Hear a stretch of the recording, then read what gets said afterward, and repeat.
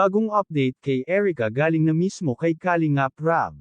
Iyan po ang bibigyan natin ng maikling reaction.at. Hiling ko na tapusin ang panunood nito para malaman ang nilalaman nito at kung bago ka pa lang sa munting channel na ito paki-subscribe naman. Maraming salamat at huwag natin kalimutan suportahan ang ama ng Kalingap na si Val Santos Matubang at si Kalingap Rab. Isang mapagpalang araw sa inyong lahat mga Kalingap.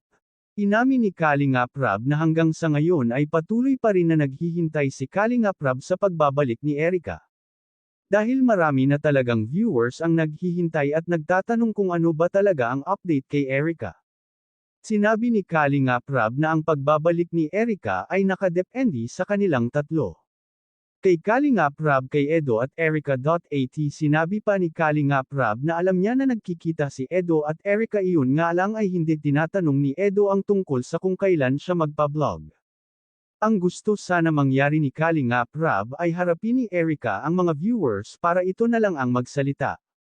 Habang marami pa ang naghihintay na viewers at netizen kay Erica.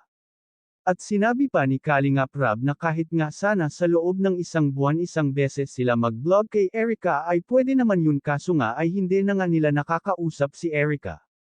At pero sinabi ni Kalingap Rab na kung gusto daw talaga nila na makita pa sa vlog si Erica, lalong-lalo na ang Edrica supporters at Edrica defender, sila na lang ang magtanong kung gusto pa na ni Erica magpa-vlog, dahil kung mapapansin nga natin ay laging updated itong si Erica sa kanyang TikTok.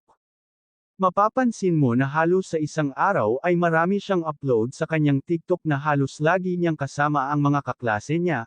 Baka napapagod na siyang magpa-vlog at gusto niya ay sa TikTok na lang kumikita naman siguro si Erica sa kanyang TikTok. Hanggang dito na lang ang update ko mga ka-viewers. Maraming salamat at God bless sa inyong lahat.